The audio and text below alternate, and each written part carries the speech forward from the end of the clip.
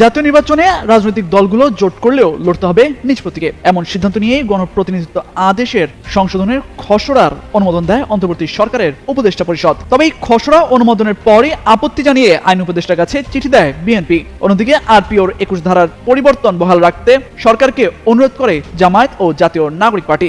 এই ইস্যুতে দলগুলোর মতবিরোধের মধ্যেই চূড়ান্ত সিদ্ধান্ত নিল অন্তর্বর্তী সরকার। নিবন্ধিত রাজনৈতিক দলগুলো জোটবদ্ধ হলেও নির্বাচনে নিজ নিজ দলের প্রতীকে ভোট করার বাধ্যবাধকতা রেখেই গণপ্রতিনিধিত্ব আদেশের সংশোধন অধ্যাদেশ 2025 জারি করেছে সরকার। সোমবার আইন মন্ত্রণালয় এ সংক্রান্ত গ্যাজেট প্রকাশ করে। এর মাধ্যমে ত্রয়োদশ জাতীয় সংসদ নির্বাচনে একাধিক নিবন্ধিত দল জোট করলেও জোট মনোনীত প্রার্থী বড় দলের বা অন্য দলের প্রতীকে ভোট করতে পারবে না। নিজ দলের প্রতীকেই ভোট করতে হবে তাদের।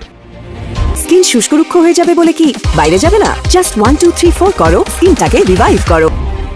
আরপিও সংশোধন অধ্যাদেশ জারির মধ্যে নির্বাচনী আইনের সব ধরনের সংস্কার কাজ শেষ হলো। এর মধ্যে ভোটার তালিকা আইন সংশোধন, নির্বাচন কর্মকর্তা বিশেষ বিধান আইন সংশোধন, নির্বাচন কমিশন সচিবালয় আইন সংশোধন, ভোট কেন্দ্র নীতিমালা, দেশি বিদেশি পর্যবেক্ষণ নীতিমালা, সাংবাদিক নীতিমালা সহ সব ধরনের আইন বিধি সংস্কার করেছে ইসি। আরপিও সংশোধন হওয়ায় এর আলোকে দ্রুত দল ও প্রার্থীর আচরণ বিধিমালা জারি করবে নির্বাচন আয়োজনকারী সংস্থাটি।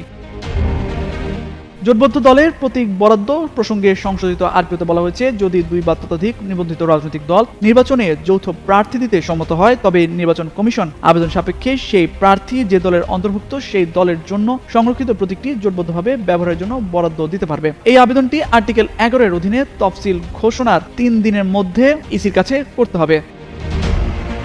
এর আগে গত 23 অক্টোবর উপদেষ্টা পরিষদের বৈঠকে আরপিও সংশোধনের খসড়ার নীতিগত অনুমোদন দেওয়া হয়। পরে সংশোধনীতে জোট মনোনীত প্রার্থীকে নিজ দলের প্রতীকে নির্বাচনে অংশগ্রহণের বাধ্যবাধকতা আরোপ করা হলে বিএনপি আপত্তি জানায়। তবে জামায়াত ও এনসিপি এই বিধান বহাল রাখার দাবি তোলে। দীর্ঘ টানাপোড়েনের পর শেষ পর্যন্ত সেই বিধান বহাল রেখেই অধ্যাদেশ জারি হলো।